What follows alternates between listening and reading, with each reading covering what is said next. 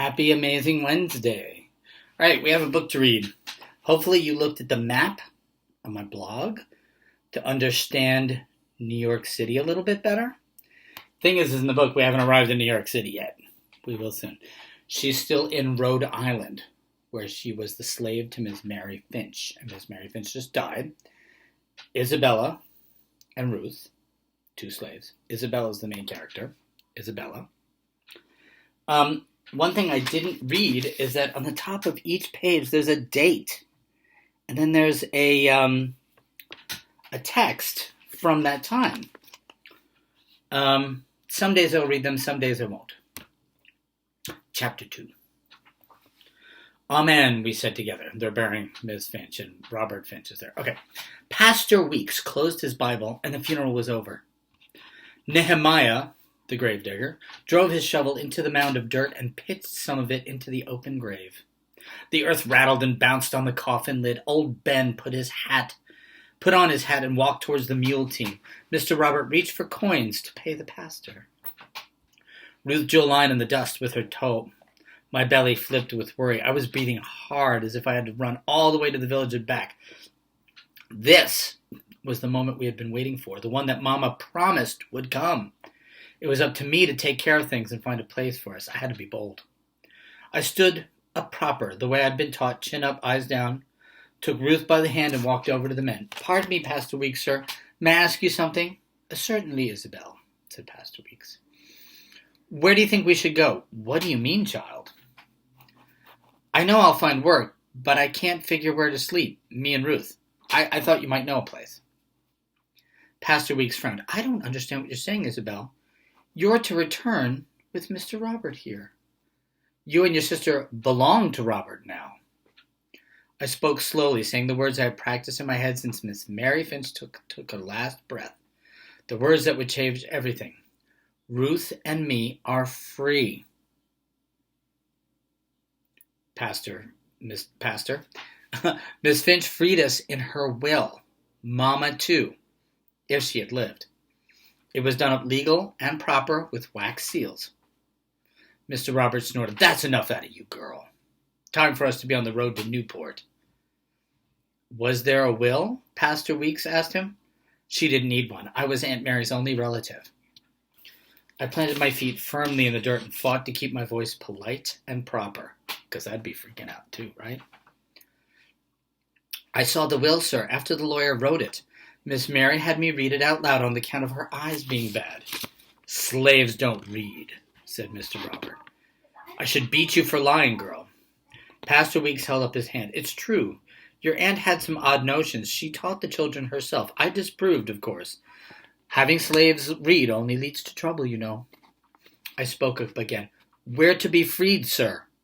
The lawyer, Mr. Cornell, he'll tell you, Ruth and me, we're going to get work and a place of our own. That's enough, said Robert Finch. But Mr. Cornell, shut your mouth. The pastor cleared his throat. Perhaps we should inquire, where is this Cornell? Newport? He left for Boston before the blockade, the pastor said. Took his papers with him. The girl is lying then. She knows the lawyer is absent, and her cause cannot be proved. The sooner I'm rid of her, the better. It's the truth, I said again. Ruth looked at me anxiously. I said, silence. Isabel, please remember your place, said Pastor Weeks. You and your sister belong to Mr. Robert now. He'll be a good master to you. So the blockade, see, this is, I didn't say the date. This is May 27th, 1776. Things have been going on in Boston. I forget the date of Lexington and Concord, but I feel like it's already gone down. They have not landed in New York yet. But remember, July 4th, 1776 was the Declaration of Independence. We're like 2 months away. And things moved a lot slower back then. So the blockade. Yes, he went to Boston, and Boston was blockaded. The war is afoot. My insides went cold. I had swallowed water straight from a deep, dark well. This can't be happening. Couldn't you send a message to Boston seeking Mr. Cornell? The matter is settled, said Mr. Robert. If I might borrow your wagon and a man for the drive to Newport, Pastor, I'd be grateful. These girls should bring a decent price at auction. You're selling us? Hush, Isabel, said Pastor Weeks. The cold inside me snaked down to my feet around my neck. I shivered in the warm spring sunshine. Ruth bent down and picked up a shiny pebble. What if we were split up? Who would take care of her? I fought back tears. Pastor Weeks, please, sir. Mr. Robert knocked the dust from his hat. They should go quick. Your wagon will be back by nightfall. The minister placed the Bible in his leather satchel and pulled it up over his shoulder. He studied the ground, his hands, Mr. Robert's horse in the cloud. He couldn't look at me. You'll be wanting to bring their shoes and blankets. They'll fetch a better price that way. True enough. I'll have a word with Ben.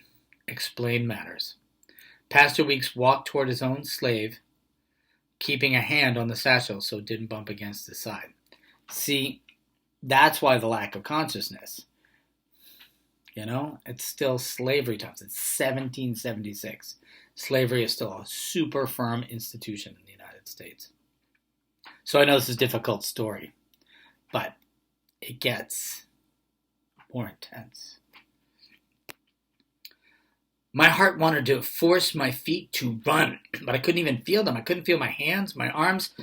I had froze solid sticking to the dirt. We were sold once before, back when Ruth was a tiny baby. She was not even baptized. They sold us all from the plantation where Mr. Malbone ran up his debts too high. His bankers wanted their pounds of flesh, our flesh. One by one, they dragged us forward. A man shouted out prices to the crowd of likely buyers. She's remembering being sold. Ruth cried and Mama shook like a leaf. And Papa didn't want them to bust up our family like we're sheep. I'm a man, he shouted. And he was Mama's husband and our father. The baby Ruth, she cried and cried, and I thought Mama would shatter like a bowl when it falls off the table. Papa fought like a lion when they came for him, the strongest lion. It took 5 of them with hickory clubs. Then Mama fainted, and I caught baby Ruth just in time. There was lion's blood on the ground mixed with dust, like the very earth was bleeding. And we were left there, 3 in Mary's Finch wagon. And everything in the whole world was frozen ice for nearly 2 years like that. I opened my mouth to a roar, but not a sound escaped. I couldn't even mew like a kitten. So I know historic fiction can be super difficult, but it teaches the history and what people went through. So I'm going to persevere. I hope you're okay. Check out the cover, by the way.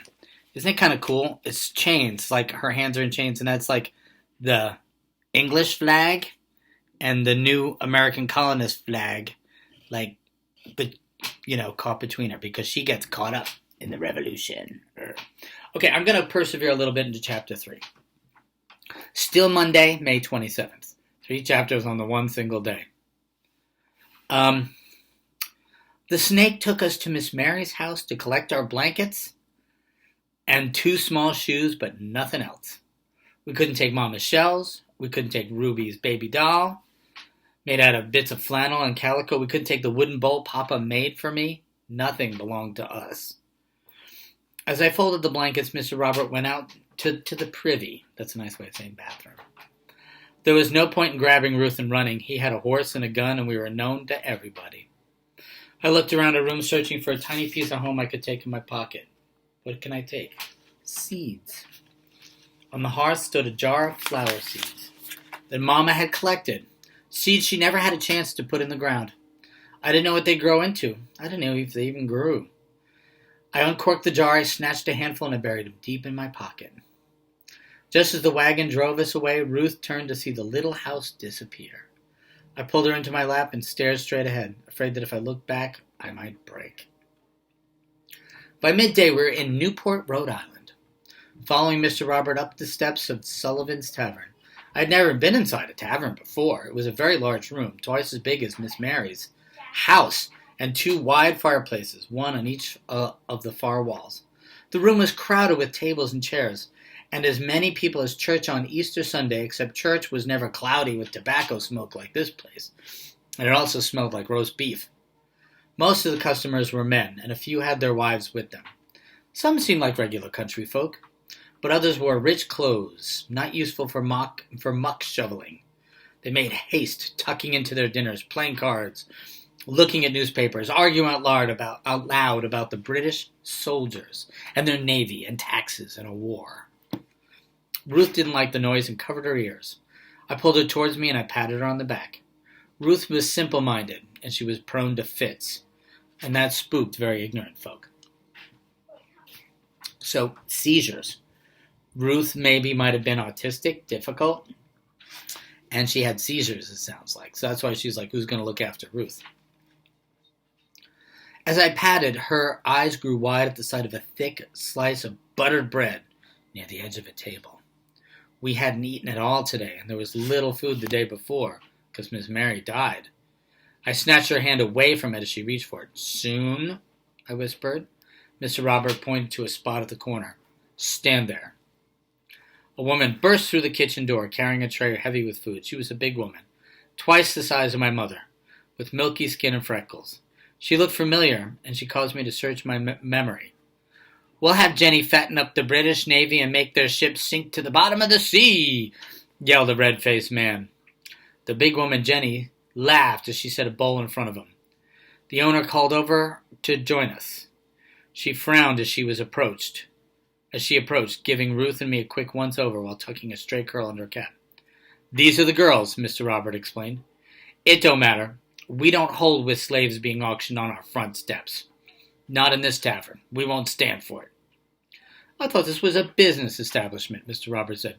Are you opposed to earning your percentage of the sale? You want to listen to my bill, mister? Advertise in the paper. That's what we do around here. I don't have time for that. These are fine girls. They'll go quickly.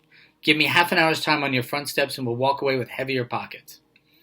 Jenny's husband pulled out a rag and wiped his hands. Auctions of people ain't seemly.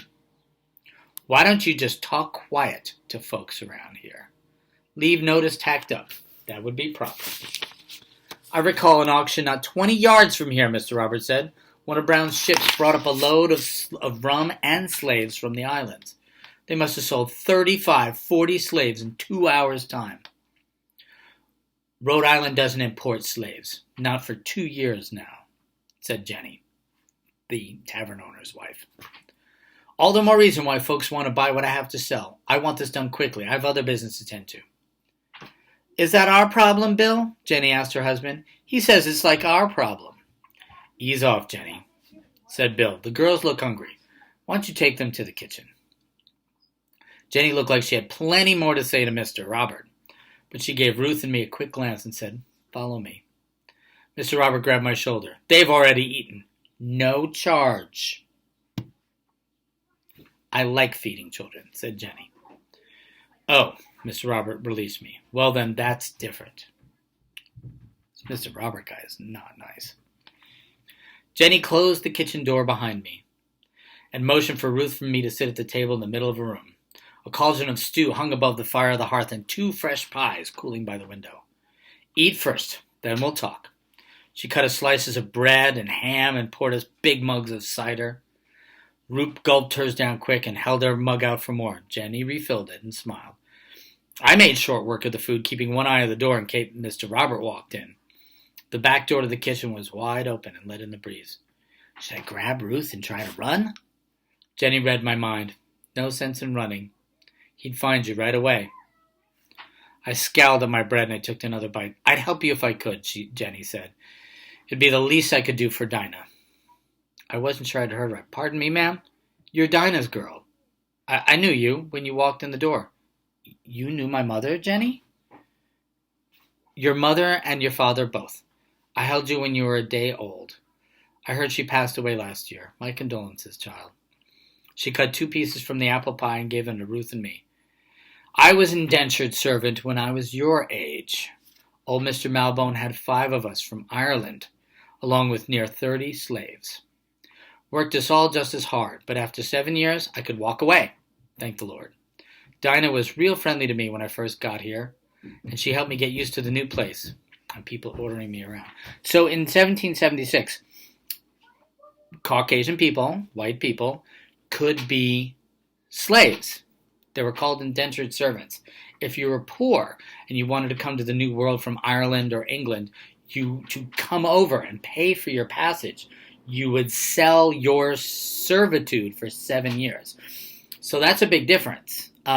Slaves who were taken from Africa remained slaves for life. Indentured servants were slaves, but were freed after 7 years. That was one of the reasons they allowed all this kind of institution of selling people had existed. I thought I knew you, I said. She smiled warmly and snatched a piece of apple pie from the plate. You were always the best rememberer I ever saw. We used to make quite a game of it. I would tell you a line to memorize or a song, didn't remember how much time you passed, you'd have the whole thing in your mouth. It made your parents proud. Okay, I'm going to pause here, and we will pick this up tomorrow in the middle of Chapter 3. We've learned a lot already. Happy Wednesday. We'll talk to you soon.